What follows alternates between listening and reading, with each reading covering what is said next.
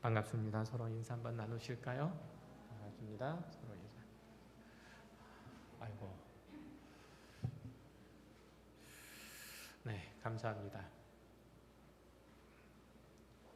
히터가 양쪽 다 안 돌아서 오늘 난리를 치고 어수선한 가운데 예배를 드리게 됐는데 괜찮으신가요? 공기가?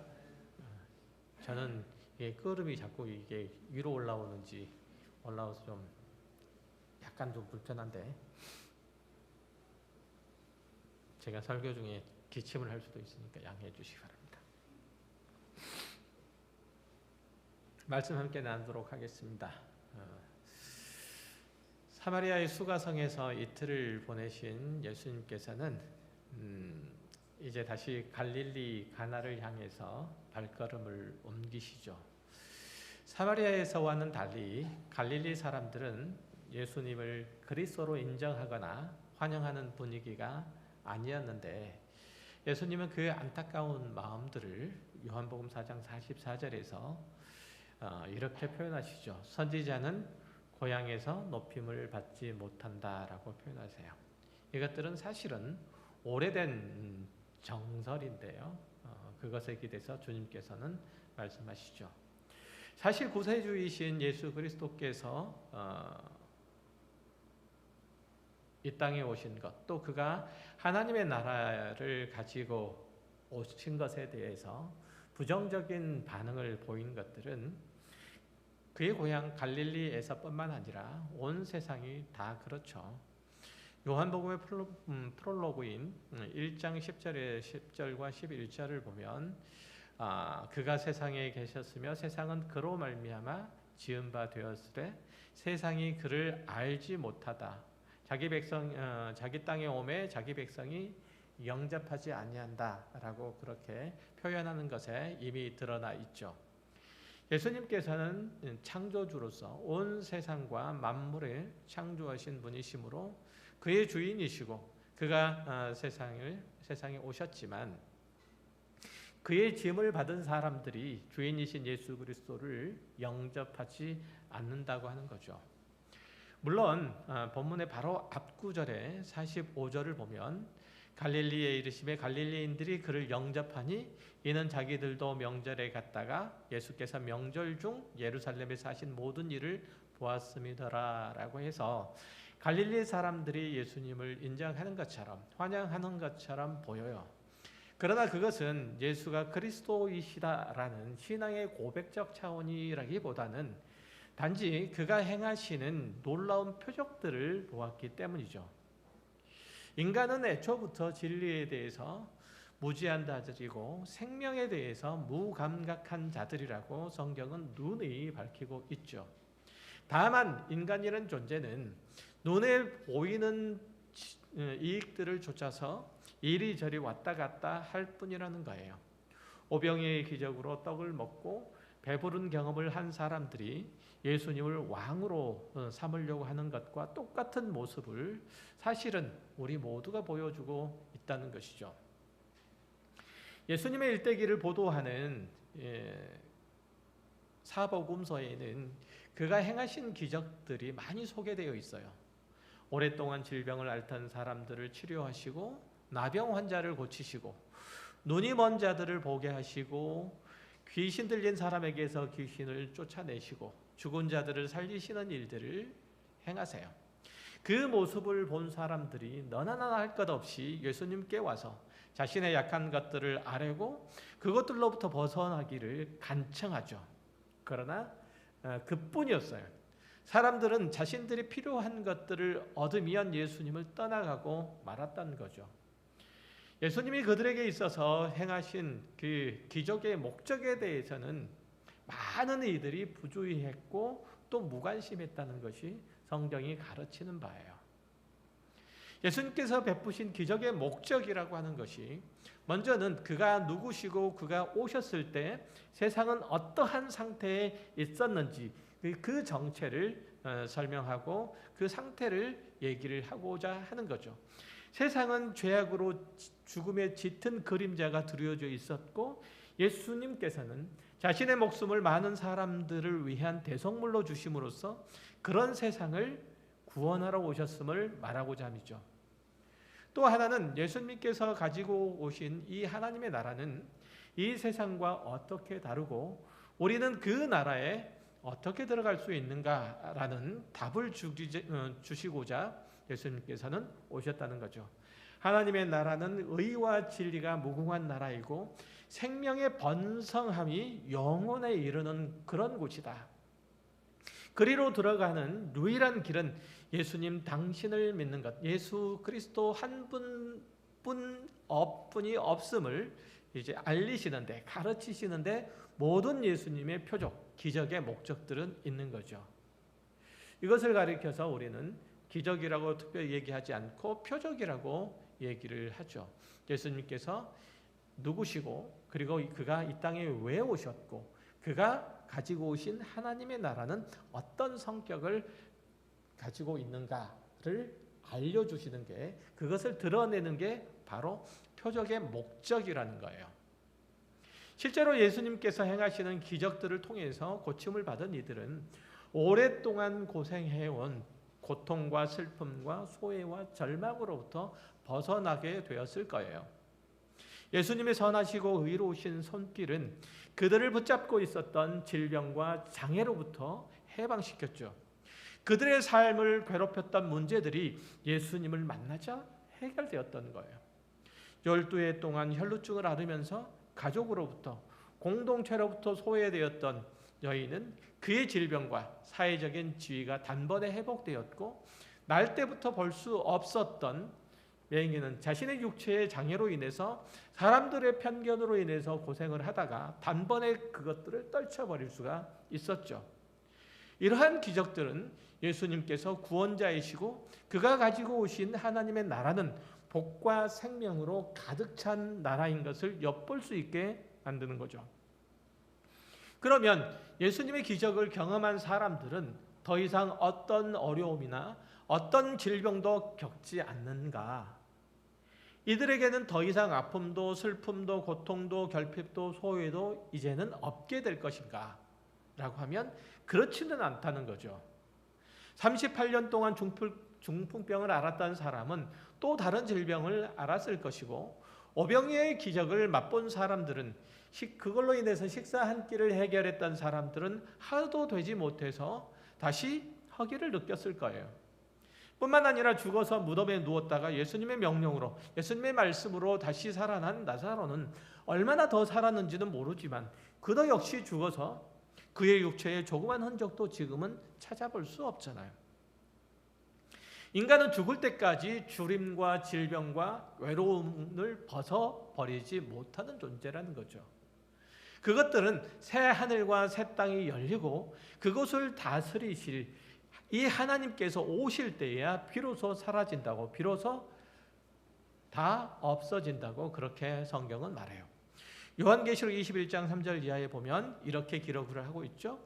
내가 들으니 보좌에서 큰 음성이 나서 이르되 보라, 하나님의 장막이 사람들과 함께 있음에 하나님이 그들과 함께 계시리니 그들은 하나님의 백성이 되고 하나님은 친히 그들과 함께 계셔서 모든 눈물을 그 눈에서 닦아주시니 다시는 사망이 없고 애통하는 것이나 곡하는 것이나 아픈 것이 다시 있지 아니하리니 처음 것들이 다 지나갔음이로라. 종말의 때가 지나고 영원한 하나님의 나라가 열리면 그때에는 죄와 주림과 질병과 소외가 다 사라지고 모든 것이 다 완전하게 될 거다. 우리의 모든 환경도 그럴 것이고 우리 자신들도 마찬가지가 됩니다. 이 땅에 존재하는 모든 것들과 그것이 가지고 있는 본질적인 성격들이 다 회복될 것이다. 여러분이 무엇을 상상을 하시든지 그 이상을 경험하고 보게 될 것이 바로 영원한 하나님의 나라에서 경험할 일들이라, 이렇게 얘기를 하고 있는 거죠. 그러나 그 전에는 인간은 분명한 한계에 갇혀 살 거고, 특히 죄로 인해서 발생한 모든 고통과 괴로움을 겪을 수밖에 없고, 사망이라는 누구나 유해가 될 수 없는 두려움과 공포에 사로잡혀서 살 수밖에 없다는 거죠. 우리는 아직 완성된 하나님 나라에 있지 않고 부활해서 완전한 인격체로서 몸과 영혼을 소유하고 있질 못하기 때문에 여러 가지 갈등도 겪을 수밖에 없고 번민도 경험할 수밖에 없는 거죠. 아무리 신앙이 좋은 사람이라 할지라도 인생의 여러 실패를 경험할 수밖에 없고 아무리 믿음이 굳건한 사람이라 할지라도 기도해도 안 되는 내용들이 있는 거예요. 쉽게 예를 들면 월드컵 16강에서 독일과 한국이 맞붙었어요. 한국에도 믿음 좋은 선수가 있고 독일에도 신앙이 좋은 선수가 있어서 각자 승리를 소망하는 기도를 드렸어요. 그러면은 그 기도를 하나님께서 누구 편을 들어주실까요? 독일 편을 들어주실까요? 한국 편을 들어주실까요? 난감하죠? 여러분은 누구 편을 들어주실 것 같습니까? 물론 실력이 있는 팀 편을 들어주시겠죠. 실력 있는 팀이 이겨요. 여러분이 투자한 주식이 오르게 해달라고 기도를 했더니 정말 석 달 만에 80%가 오른 거예요. 기적적인 일이 일어난 거죠. 기분 좋게 주식을 팔고 난 다음 날부터 갑자기 그 주식이 폭락을 하더니 한 달 만에 그동안 올랐던 것이 다 빠져버렸어요. 그러면 얼마나 더 기분이 좋겠어요. 내가 팔고 난 다음에 그 주식이 폭락했으니. 그러면 여러분들의 얻은 수익은 그렇게 폭락된 누군가의 손해를 통해서 얻은 것인데 과연 이것이 복된 일들일까? 이렇게 하나님께서 주시는 복과 우리가 바라는 기적은 분명히 다를 수 있다는 거죠. 성도는 하나님께서 베푸시는 기적을 경험하고 살지만 여전히 사망이 왕노릇하는 곳에 있어서 완전하고 영원한 복을 다 누리지 못한 채로 아직은 미완성인 채로 살아가고 있다는 거예요. 하나님께서 기도 응답을 해주셔서 건강을 되찾았지만 언젠가는 또 아파서 다시 누울 것이고 하나님께서 많은 돈을 주셨지만 그 돈이 가족 간의 불화를 만들 수도 있고 하나님께서 좋은 회사에 들어가도록 길을 열어주셨지만 회사의 일에 몰두하느라 신앙을 잃어버린 경우도 얼마든지 많이 있잖아요. 본문으로 다시 돌아가 볼게요. 예수님은 사마리아의 수가를 떠나서 갈릴리 지방의 가나라는 지역으로 가세요. 가나는 이전에 예수님께서 혼인잔치에서 물로 포도주를 만드신 곳이에요. 연애를 할 당시에는 몰랐겠지만 그것이 끝나고 난 다음에 예수님의 표적 행하심이 하인들의 고백에 의해서 다 알려졌을 거예요. 예수님께서 물로 포도주를 만드셨다는 사실을 말이죠. 더구나 예수님이 유대 지방에서 행하신 많은 표적들을 갈릴리 사람들도 보았기 때문에 이미 예수님에 대한 소문들은 파다했을 거예요. 마침 그분이 갈릴리로 오신다니 사람들의 관심과 주목이 대단히 많았을 것은 틀림없어요. 너나 나나 할 것 없이 각자의 소원을 가지고 예수님을 기다리다가 멀리서 그분이 오시자 그분을 향해서 달려들었겠죠. 너나 나나 할 것 없이 환영했을 거예요. 그러나 예수님께서는 이들의 마음을 아시고 그들에게 자신을 의탁하지 않으시고 가나라는 곳을 향해서 가시죠. 그것도 역시 마찬가지로 갈릴리 지방에 속해져 있는 곳인데 그 지역으로 가세요. 갈릴리 가버나움에 사는 헤롯 안디바의 신하도 이 소문을 들었어요. 예수님께서 갈릴리 지방으로 오셔서 가나로 가셨다라는 소문을 들었던 거죠. 그도 예수님을 뵙기를 원했는데 그의 아들이 심히 아파서 죽게 되었기 때문이었죠. 가버나움에서 가나까지는 약 23km 정도 떨어져 있는 거리고 제법 높은 산들이 가로막혀져 있어서 그 산을 오르내려야 하는 그런 길이었기 때문에 가볍게 왕래할 만한 거리는 아니었어요. 그렇지만 왕의 신하는 그 거리를 못하지 않고 황급히 달려와서 예수님께 청합니다. 내 아들이 지금 죽어가니까 오셔서 고쳐주십시오라고 하소연을 하죠. 그러자 예수님께서는 너희는 기적과 표적과 기사를 보지 못하면 도무지 믿지 아니하리라 라고 말씀하시면서 가라 내 아들이 살아있다 라고 말씀하세요. 웬일인지 왕의 신하는 예수님의 말씀을 믿고 집으로 돌아가요. 아들이 숨이 넘어가는 위급한 상황이라 이 사람이 하루길이나 되는 거리, 하루길은 아니고요. 빨리 다니면 한 반나절 좀 되나요? 하루길 그 23km 정도 되니까 천천히 가면 하루길이에요. 근데 이 사람은 아마 반나절 정도에 왔던 것으로 판단이 되는데, 어쨌든 얼마나 되는 거리지. 그 길들을 너무 황급히 왔을 것인데 특별히 보증을 받을 만한 것도 얻지 못한 채로 그 사람은 예수님의 말씀에 아무런 대꾸도 하지 않고 돌아가요.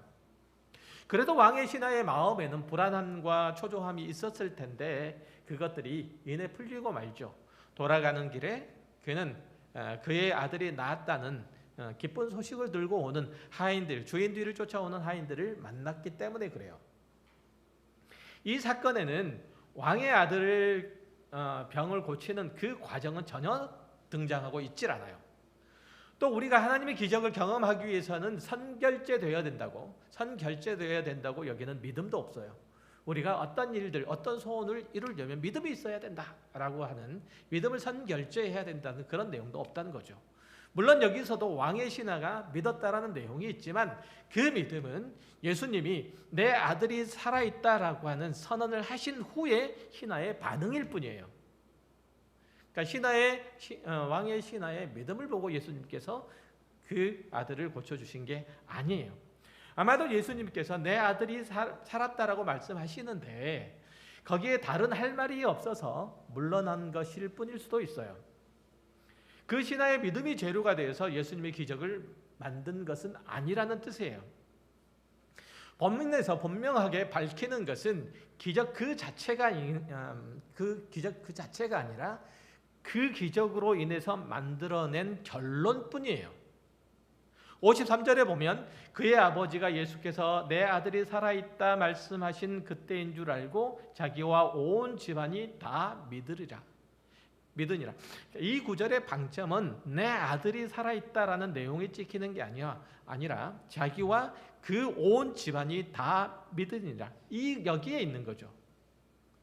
사도행전 16장에 보면 바울과 실라가 빌립보에서 복음을 전하다가 감옥에 갇히죠. 그들이 한밤중에 하나님께 기도를 해요. 그러자 옥토가 흔들리고 감옥문이 열리죠. 소동이 일어나자 간수가 자다가 일어나서 죄수들이 도망친 줄 알고 자결을 하려다가 바울과 실라가 황급히 말리는 바람에 엎드려서 다시 이제 이렇게 고백하죠. 선생님이여, 우리가 어떻게 하면 구원을 얻을 수 있습니까? 라고 고백을 해요. 그러자 바울이 31절부터 34절까지 이렇게 말해요. 우리가 잘 아는 구절이에요. 이르되 주 예수를 믿으라. 그리하면 너와 내 집이 구원을 받으리라 하고 주의 말씀을 그 사람과 그 집에 있는 모든 사람에게 전하더라. 그 밤 그 시각에 간수가 그들을 데려다가 그 맞은 자리를 씻어주고 자기와 그 온 가족이 다 세례를 받은 후 그들을 데리고 자기 집에 올라가서 음식을 차려주고 그와 온 집안이 하나님을 믿음으로 크게 기뻐하니라. 이 하나님의 기적은 바울과 실라를 옥에서 꺼내는 데 있었던 게 아니라 간수와 그 집안 사람들이 다 예수를 믿게 하려는 것이었고 그것이 그대로 이루어진 거죠. 이 사건에서 가장 중요한 것은 죄수들의 발에 채워져 있었던 착고가 풀리고 옥문이 열렸다는 데 있는 게 아니라 34절에 그와 온 집안이 다 예수를 믿게 되었다는 데 있는 거죠. 하나님께서 이 간수와 그 가족을 구원하시려고 이 놀라운 기적을 행하신 거예요.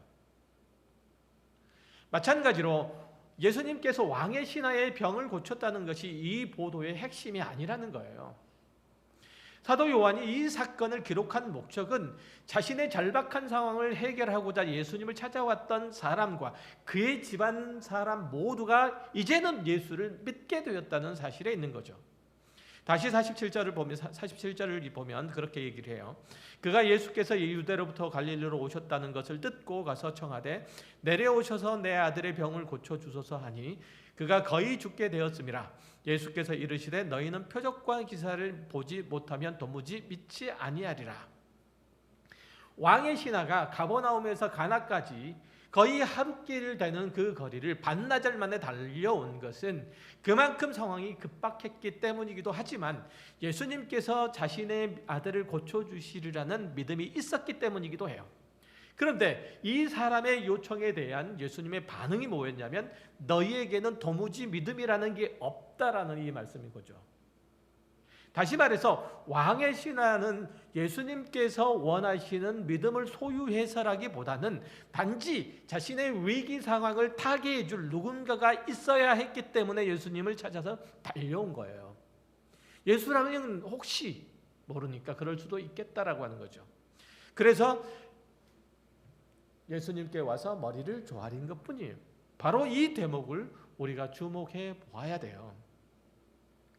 신하는 단지 자신의 상황이 절박해서 예수님을 찾아왔고 예수님께서 너희가 표적과 기사를 보지 못하면 도무지 믿지 아니하리라는 그런 핀잔에도 불구하고 계속 주여 제발 우리의 아이가 죽기 전에 내려와서 살펴주시옵소서라고 그렇게 간청하죠. 어쩌면 이 신하의 한계는 종교심에 기대어 자신들의 현실적인 문제를 해결하려는 모든 이들의 공통적인 모습일 수도 있어요. 요한복음 11장에도 비슷한 장면이 연출되죠. 예수님과 꽤나 가까웠던 마리아와 마르다가 함께 사는 오빠가 있었는데 그의 이름은 우리 잘 알듯이 나사로죠. 그가 죽게 되었어요. 두 자매는 사람들을 보내서 속히 예수님께서 오셔서 오빠 나사로를 살려달라고 그렇게 간청을 하죠. 웬일인지 예수님께서는 그곳에 계셨던 곳에 이틀을 더 유하신 다음에서야 비로소 베다니로 가셔서요. 그러나 나사로는 이미 죽어서 장례를 치른 후였죠. 예수님을 보자 마르다는 이렇게 말해요.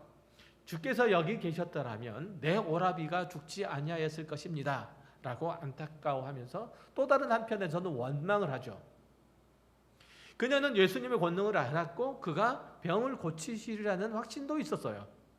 그러나 마르다의 그런 이해와 믿음들은 지극히 소극적이고 지극히 부분적인 것일 뿐이라는 거죠. 그녀들은 예수님이 나사로의 병을 고쳐주신 것만으로 충분하다고 여겼던 거예요. 예수님의 존재는 그들의 필요, 그들의 요구, 그들의 결핍 이것들을 해결해 주시는 것으로 예수님의 존재는 충분하다고 여겼던 거예요. 혹시 여러분은 그렇게 생각하지 않으십니까? 예수님께서 계시면 내가 예수를 믿으면 나의 필요, 나의 결핍, 나의 부족한 것, 나의 연약한 것, 나의 공허한 것 이것들을 채워주시는 것만으로 충분하다고 여기시지 않으십니까?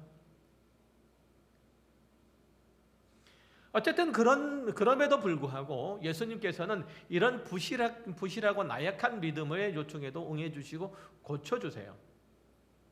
요한복음 11장 31절 39절 이하에 보면 이렇게 말하죠.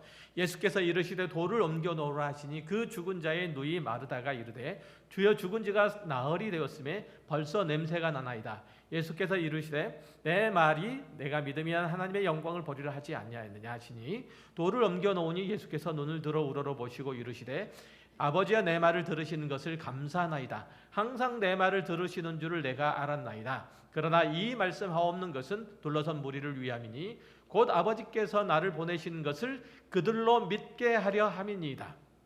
예수님의 말씀을 보면 이 기적의 목적이 나사로를 살리는 데 그치지 않음을 알 수 있죠.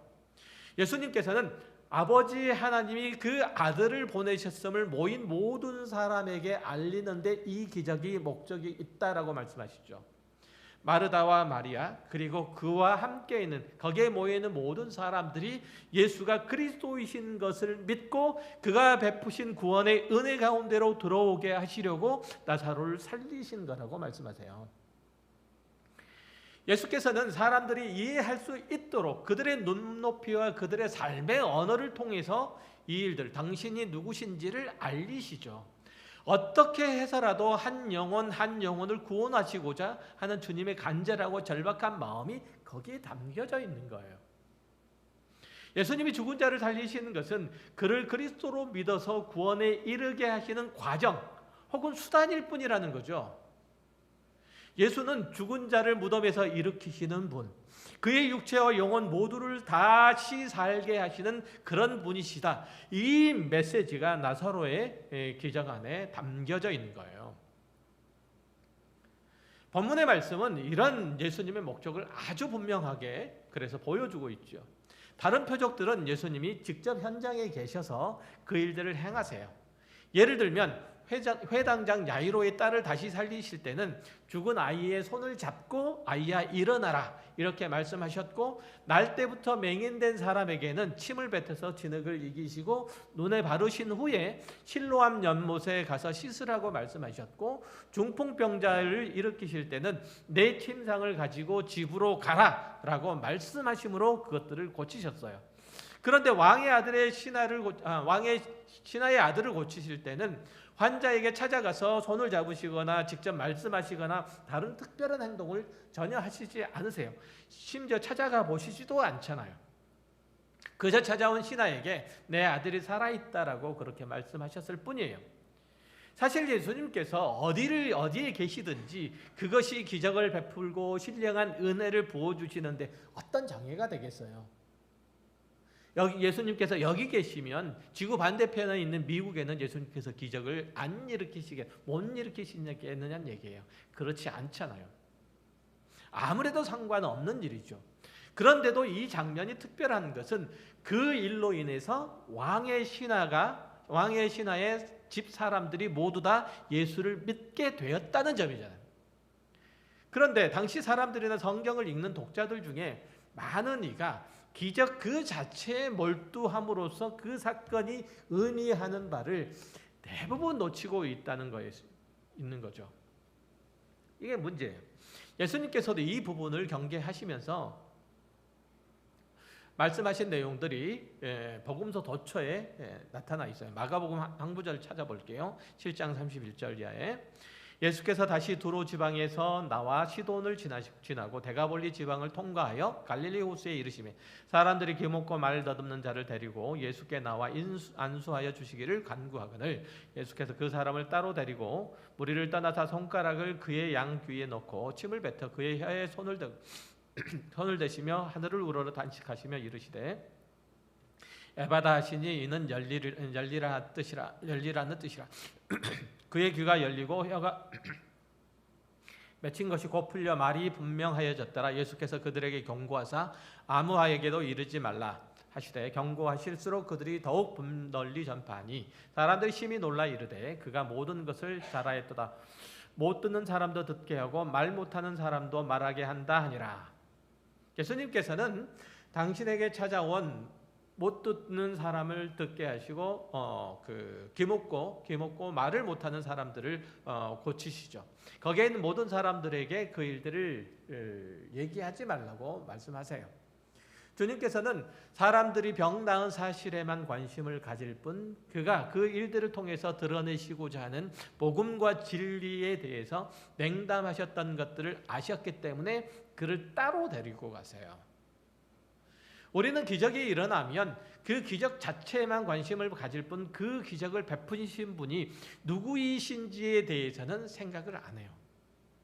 방금 읽은 마가복음 7장 37절에서도 사람들은 예수님께서 병자를 고치셨다는 사실 하나에만 관심을 두고 있을 뿐이지 그 사실을 옆 사람에게만 알릴 뿐이지 그가 누구신지 그 일들을 이루시는 분이 누구시고 그가 왜 그 일들을 하시는지 그가 왜 이 땅에 오셨는지에 대해서 전혀 관심이 없다는 얘기예요.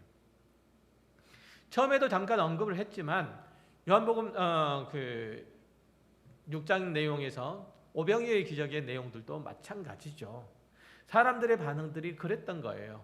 다시 한번 읽어볼게요. 22절 이하에 6장 22절 이하에 이튿날 바다 건너편에 서 있던 무리가 배 한 척 외에 다른 배가 거기에 없는 것과 또 어제 예수께서 제자들과 함께 그 배에 오르지 아니하시고 제자들만 가는 것을 보았더니 그러나 디베라에서 배들이 주께서 축사하신 후 여럿이 땅 뻗던 그곳에 가까이 왔더라. 무리가 거기에 예수도 안 계시고 제자들도 없음을 보고 곧 배들을 타고 예수를 찾으러 가버나움으로 다시 가서 바다 건너편에서 만날 랍비여 언제 여기 오셨나이까 하니 예수께서 대답하여 이르시되 내가 진실로 너희에게 이르노니 너희가 나를 찾는 것은 표적을 본 까닭이 아니요 떡을 먹고 배부른 까닭이로다. 오병이어의 기적을 베푸신 이후에 예수님께서는 제자들과 함께 디베라 바다 건너편으로 가셨어요. 주님은 이 사람들의 생각들을 아셨던지라 그들을 피하셨던 거죠. 사람들이 한참 동안 예수를 찾느라고 헤맨 후에 예수님과 제자들을 만날 수 있었어요. 그런데 당신을 찾아온 사람들을 꾸짖으시면서 예수님께서 말씀하신 내용인 오늘 우리도 사실은 굉장히 많이 반복적으로 음미할 필요가 있다는 거죠. 너희가 나를 찾는 까닭은 표적을 본 까닭이 아니요 떡을 먹고 배부른 까닭이로다. 예수님께서는 사람들이 당신을 왜 찾는지 알고 계셨다는 거죠. 사람들은 주님께서 행하시는 오병이의 기적을 경험한 후에 저분과 함께 있으면 먹을 것을 얻을 수 있으니 그분을 따라가자. 아니 아예 그분을 왕을 삼으면 평생 동안 일하지 않고 먹고 마실 수 있지 않겠느냐, 이런 얄팍한 꾀를 냈을 뿐이에요. 그들은 오병이의 기적을 그가 하나님이 그리스도이신 것과 자기 백성을 구원하러 오신 구원자이심을 드러내는 표적으로 받았어야 해요. 그들은 오병이의 기적을 통해서 광야 가운데서 만나와 메추라기를 냈던 모세를 생각할 수 있었어야 돼요. 이스라엘의 구원자인 모세를 생각할 수 있었어야 된다는 거죠.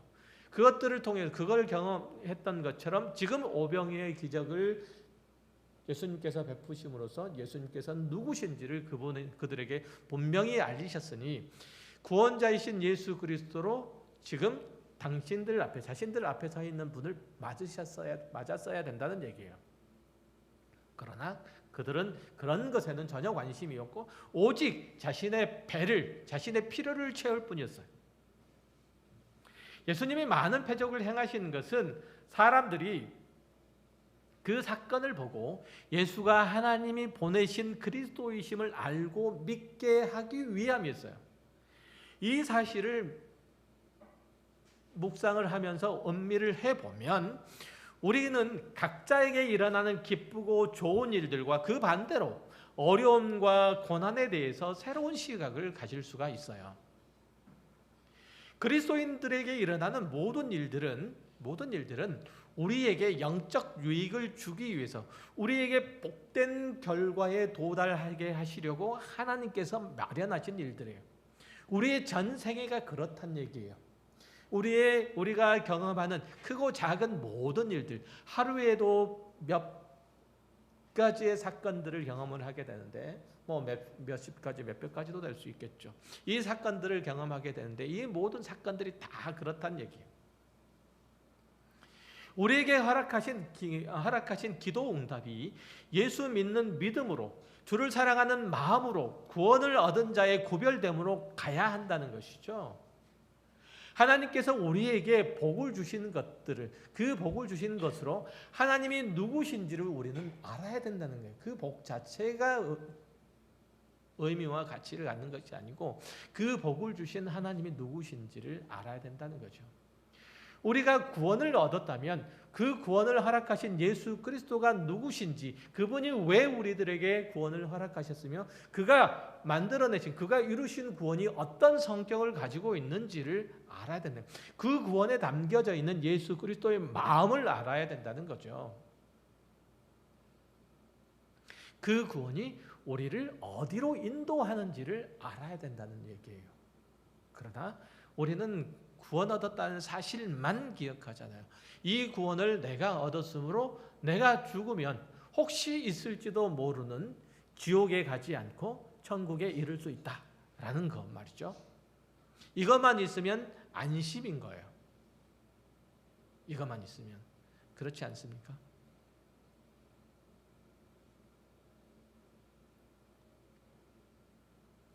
우리가 겪는 시련과 아픔과 고난들이 다 그런 것들이에요. 만약 이런 것들이 없다면 우리는 하나님께 달려가지 않을 거예요. 예수 그리스도의 십자가를 바라보지 않을 거예요. 만약 우리에게 일어난 모든 일이 각자의 힘과 능력으로 다 해결할 수 있었다면 우리는 하나님께 나와서 무릎을 꿇지 않았을 거예요. 그의 자비와 긍휼을 구하지 않았을 거예요. 그저 기고만장해서 모든 것이 다 내 마음 먹기에 달려있다라고 떠들고 다녔을 거예요. 그래서 하나님께서는 우리에게 여러 가지 어려움, 시험거리들을 허락해 주시죠. 뭐 하라는 거죠? 그래서 하나님께 나오라는 거예요. 그래서 예수 그리스도의 은혜 아래 엎드리라는 거예요. 그래서 이 아픔을 주는 거예요. 이 고통을 주는 거예요. 그런데 나는 그 생각, 하나님께서 나에게는 왜 이런 시련, 이 아픔, 이 결핍, 이 소외를 주시는가? 여기에만 관심이 있죠. 그것들을 통해서 하나님께서 우리들에게 무엇을 이루시고자 하는지는 우리는 잘 몰라요. 관심도 없어요. 별로. 그렇지 않습니까? 그 모든 일들을 통해서 끊임없이 우리를 부르시고 우리를 당신의 사람으로 당신의 자녀로 굳게 세우시고 당신을 하나님을 향한 굳건한 믿음과 신실한 사랑으로 채우시고자 원하시는데 우리는 그 상황에만 몰두해 있어요. 매달려 있단 말이죠. 이게 문제예요. 성경에 나오는 가장 저주스러운 질병은 단연코 나병일 거예요. 이 병에 걸린 사람은 상처가 나고 불에 데이고 심지어는 발가락, 손가락이 떨어져도 통증을 못 느끼죠. 가시에 찔리면 아파야 발을 빼고 볼에 데이면 뜨거워야지 바로 손을 떼는데 전혀 감각이 없기 때문에 몸을 더 상하게 만드는 거죠. 그런 의미에서 보면 아픔을 느끼는 것, 고통을 느끼는 것만큼 복된 것은 없어요. 아픔을 느끼지 못하면 팔이 부러져도 머리가 깨져도 위험을 감지하지 못하고 계속 그 일들을 할 거 아니에요.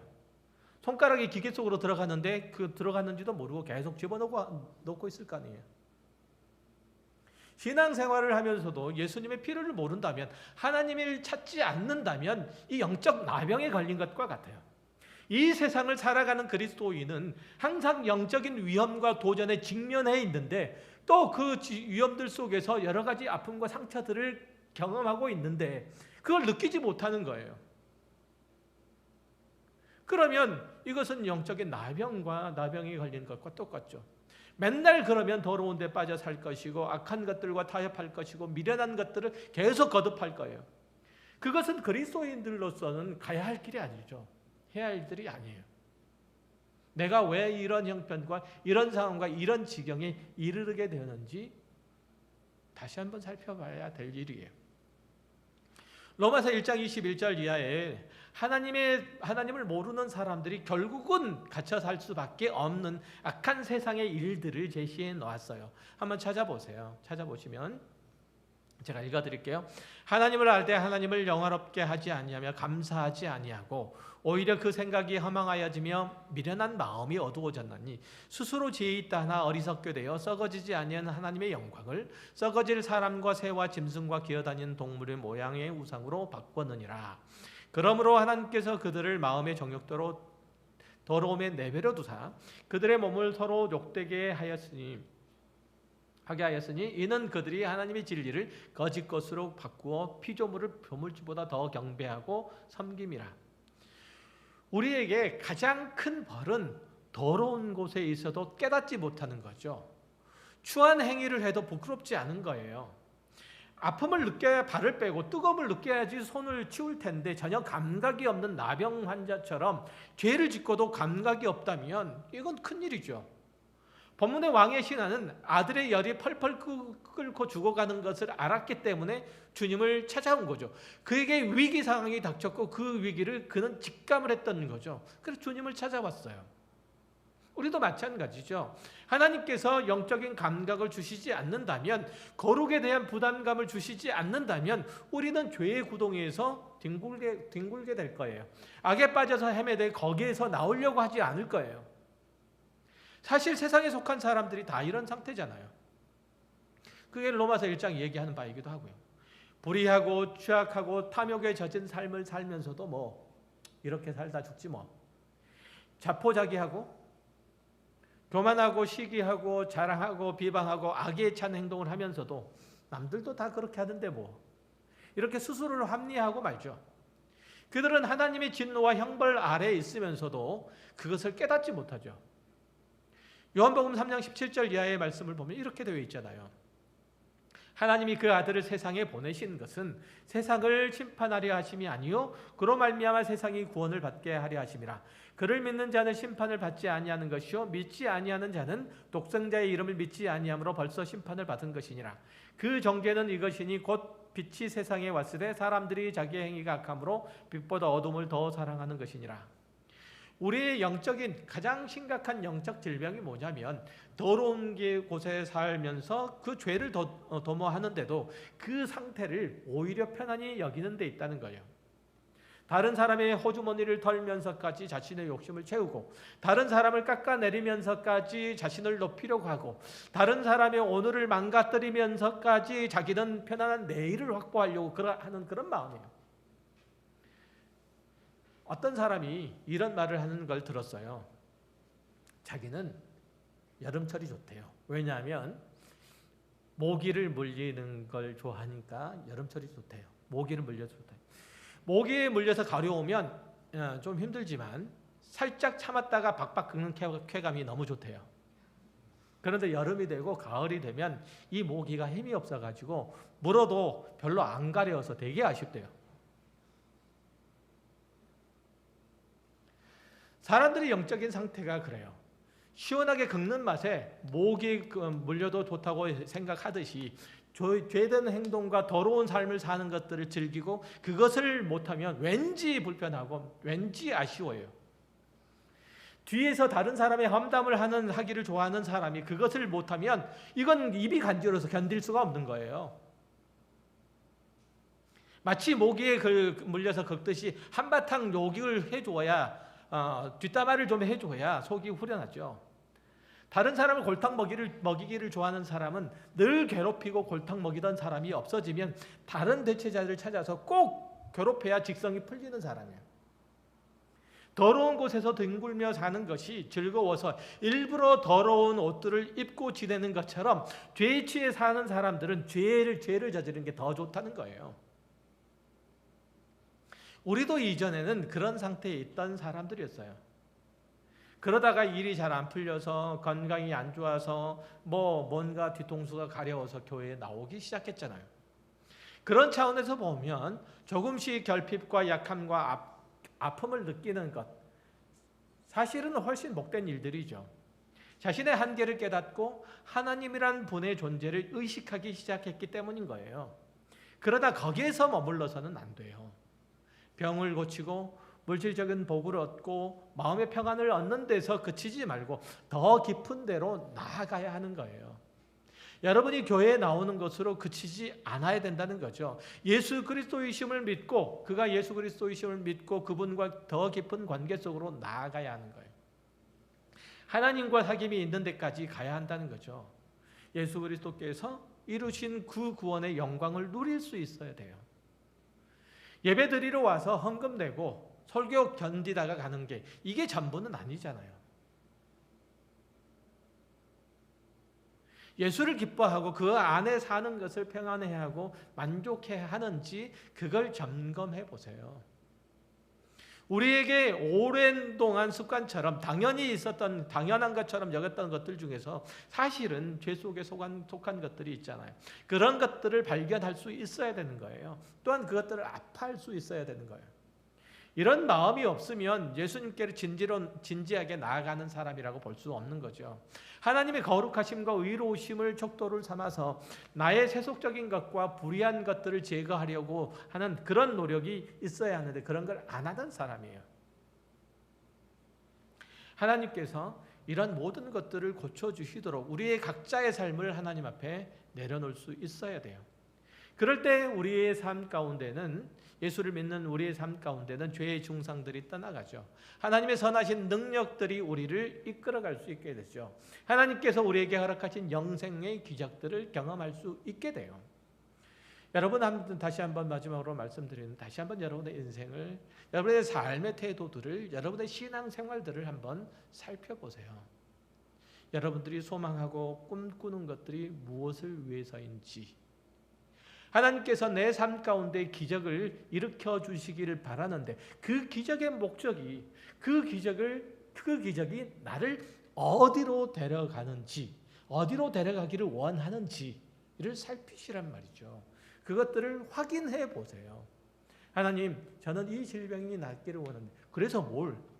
하나님, 내가 가지고 있는 이 금전적인 물질적인 어려움들을 해소하기를 원합니다. 그래서 뭘? 하나님, 내가 좀 더 좋은 학교에 가기를 원합니다. 그래서 뭘? 그래서 어쩌자는 건데? 그 이상이 있어야 되는 거예요.